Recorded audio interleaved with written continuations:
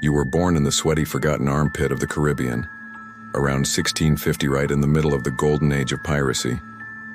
Medicine was basically just superstition plus a pat on the back, and your odds of surviving past age 10 were lower than the dignity of a drunk parrot.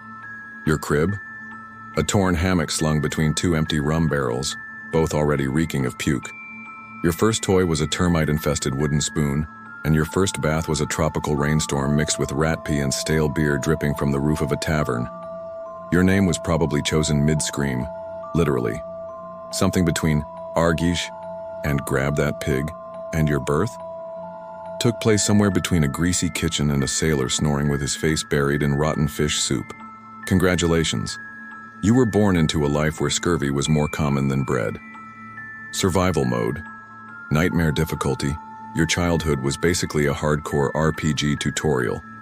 You learned how to steal fish without getting caught, how to run from drunk sailors with leprosy, and how to fight rats for a moldy slice of bread. If you made it to age 7, you were already considered a war veteran in your village. While other kids dreamed of candy and fairy tales, you dreamed of not getting eaten by a wild boar or crushed by a loose barrel on deck. Ah, the magic of childhood. Your first encounter with the myth. The ship.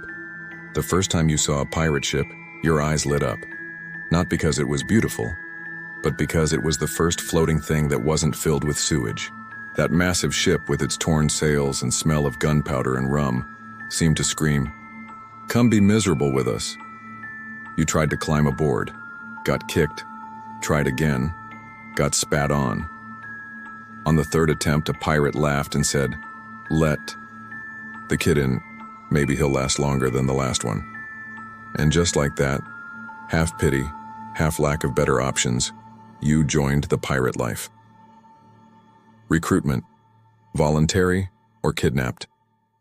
Who cares? The line between enlisting and being abducted was pretty much imaginary. Sometimes it was an invitation with rum.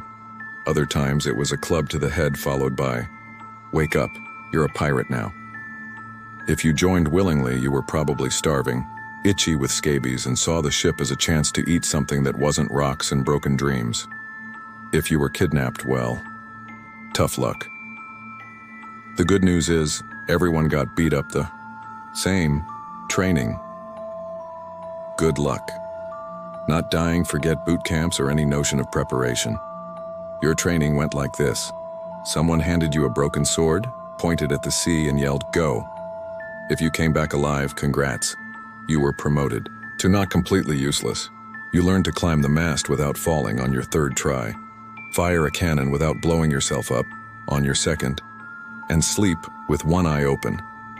Because a good pirate was one who woke up with both kidneys. Your new routine. Sail, steal, run, and don't rot. A live life on board was everything but glamorous. You scrubbed the deck, hauled barrels, braved storms, dodged stabbings from your own crew, and ran from the Royal Navy like it was the plague. Most days were endless, boredom punctuated by bloody chaos. A week without wind, deadly boredom. A ship on the horizon, screaming, running, gunpowder, and someone always losing a finger. You met your new best friend. Rum was the crew's all-in-one painkiller. You drank it, poured it on wounds, used it as disinfectant often all at once. It was the only reason you didn't notice your leg was turning black. You lost half your teeth but gained respect. Or at least a weird nickname. Rum also doubled as currency, emergency anesthesia, and the root cause of 90% of all shipboard fights. Naval battles, floating chaos. You took part in attacks on merchant ships, clashes with rival crews, and dramatic escapes from the Navy. Cannons shook the deck, smoke blinded everyone, and blood painted the floor like a watercolor from hell. Sometimes you left with gold, sometimes with scars, and sometimes you just left, jumping overboard with a plank to avoid being caught. Mutinies. The pirate HR department, every pirate ship had its own internal soap opera. Tyrant captains, unfair rations, or a crewmate who snored too loud. Any of these could trigger a mutiny. And you? You could end up the new captain, or the new deadweight tossed overboard. Nobody was really trustworthy. But somehow you liked the chaos. Maybe it was the freedom, or maybe the rum was talking again. You found a treasure, and almost died for it. Yes, the day came.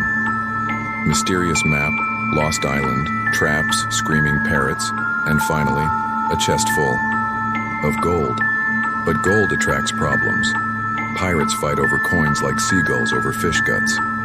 Maybe a friend tried to stab you. Maybe you got hit by a native arrow. Maybe the treasure was cursed.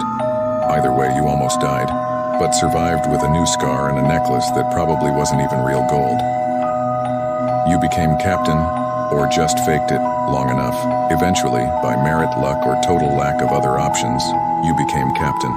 The hat was yours, the chair too, even if it was falling apart.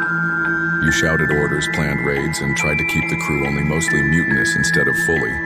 After all, leading pirates was like herding drunk, armed cats.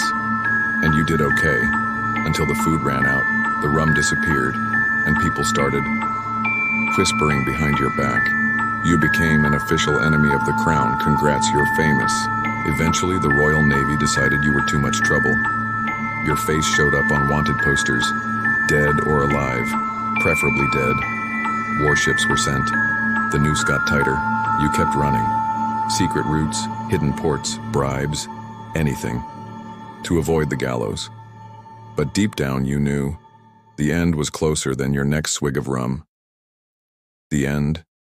You died tragically, stupidly, or like a legend, and like every proper pirate, you died. Maybe in an epic battle against 3 Navy ships. Maybe stabbed by a jealous pirate in a stinking tavern. Maybe from drinking expired rum.